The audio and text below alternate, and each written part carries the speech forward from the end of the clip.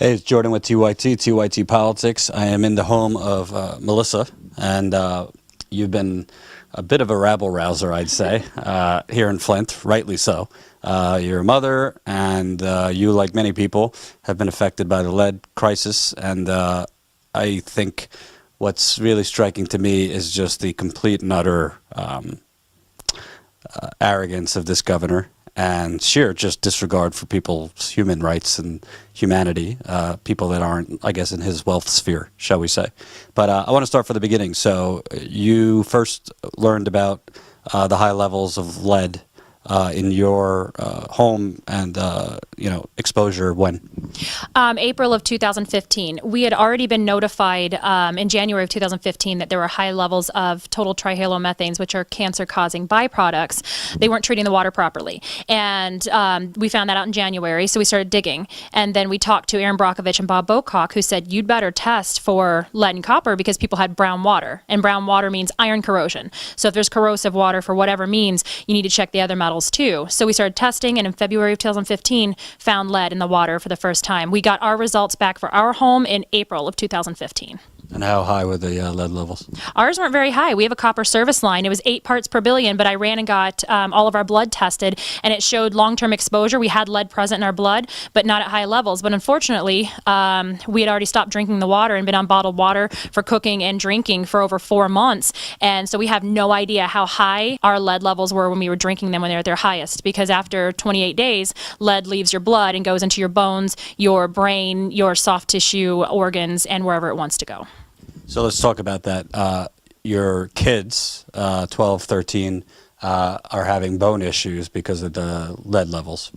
Yes, they have their growth plates, which should be soft and spongy from ages 9 to 14 so they can grow with their bones, started hardening prematurely. So they've got Sever's disease in their feet, and they are having hardened growth plates all the way up to the backs of their necks. So as their bones hit their, over the summer, 4-inch growth spurt, their joints and their muscles did not. So they started arching over and having a really hard time moving. They can't sleep at night because they're in so much pain. And what can you give a kid? And they're 12 and 13, so they had to go through very, very painful physical therapy. And lead's stored in your growth plate, so that's the only thing that the doctor could think of that would connect the two. My oldest is 18, so he missed that window, but now he's having problems with his pancreas. So we're not sure what the reason of that is. He had a growth on his tongue that was removed, and it was benign, thank goodness. But yeah, we have other issues too. I have seizure disorder now. I don't have epilepsy and I don't have MS, but I have signal abnormalities in my brain. They found it through my MRI, and my neurologist thinks it's from copper and lead being stored in my brain. So when did you start showing symptoms of this? I started having seizures July of 2015. And clearly, Governor Snyder and the state of Michigan have been paying all your medical bills, right? No payment for missed work, no payment for driving an hour to my specialist, no payment for the kids, the co-pays, the medicines, the over-the-counter, the environmental physicians. Those are the people that can help you when you're exposed to poisons. We don't really have them here, and they aren't covered by insurance. So if you've got a couple $100, you could go see one like we had to. But other than that, no, we've received no help from Governor Snyder. And when we tell our personal stories and we put them out there, he just completely disregards that we even exist. And I don't know if this is talked about a lot. I haven't heard much, but I mean, for kids, the mental health component, I mean, this is not easy. You know, when you're 12 or 13, you're supposed to just be playing ball, playing Xbox, whatever. And meanwhile, your kids are just an example. They're hunched over, they can't sleep. My boys are old enough to understand what was done to them, but they still don't understand how this can happen. We're supposed to be protected by the government. They still have that innocence, but not. They're still old and they're still young enough to think the government represents them. Absolutely, because that was one of the things we'd never talked about. I didn't. I had to get over my shock. I'm just a regular person, I'm a music promoter. I never thought that the government would poison us on purpose and continue to allow it to happen for we're coming on 3 years now. And so the boys went from just hanging out, playing, having fun all the time to being in pain, being tired all the time, being sick all the time. All 3 of my kids have a reduced white blood cell count, so their immune system took a huge hit. And so now they make protest signs and they go stand out and they speak out, which part of me is like, yes, my kids are involved, but the other part of me is like, their childhood got taken from them. This is not fair. This is wrong.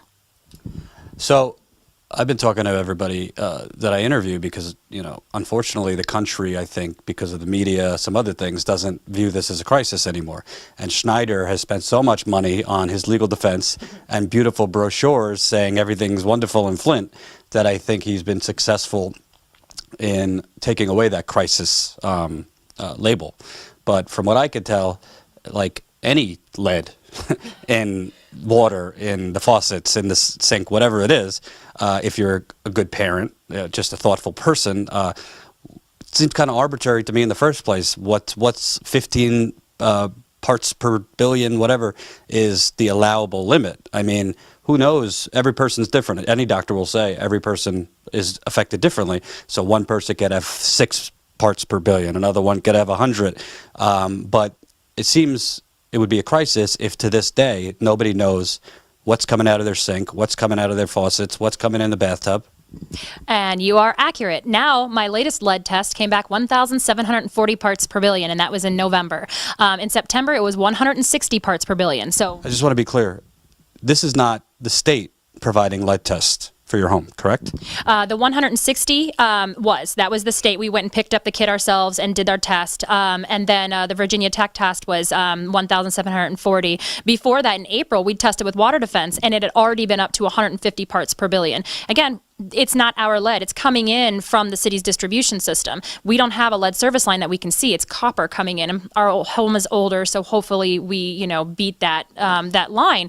But it doesn't matter. The water's not getting better. And another thing is they're only talking about lead because lead is manageable in their eyes, and it's negligible. You can protect yourselves by drinking bottled water, which they're wanting to take away from us. And then they give us these filters that that reduce, not remove. That's the key thing. They do not remove 100% of lead. None of them do. In fact, they grow bacteria. Wayne State proved this. So now we're dealing with the bacterial issues that have been there since the beginning. We said we had E. coli breakouts in summer of 2014. So the bacteria problem's been there. But lead basically sucked the air out of the room, and everyone wants to talk about lead, which is horrible. It's going to damage your kids. It's going to damage you as an adult and senior citizens that nobody else wants to talk about. But the bacteria is what will and has already killed people. And that's one thing they will not talk about. They will actually say there's not bacteria in the water. And you know why they can say that? Because they haven't bothered to test for it. So, EPA, supposedly the safeguard, and even though the incoming person's a lunatic, but the EPA was here. There was no disaster declared, which is another story. But what's the EPA's role in this? Is it just Governor Snyder, his minions just say, "Oh, everything's good," and the EPA says, "Okay, thanks, thanks for following up." Where's the federal response? Because we know that all this money was passed recently. I don't see any of that money coming anytime soon. But has the EPA pretty much been lights out here?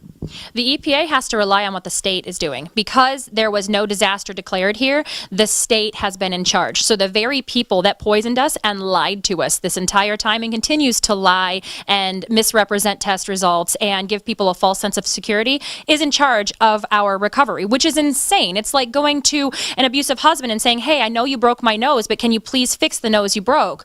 It's not your fault. I'm sorry. It's my fault because I'm the victim." But that's how little sense this makes. The very people that did this to us are in charge of fixing it. So why do they expect us to believe what they're saying anyhow? It's insane. But also there's an inherent conflict of interest, because if Governor Snyder is very thorough and disperses the appropriate authorities to check for bacterias and all these things, his culpability is exposed further, and the legal ramifications only get worse.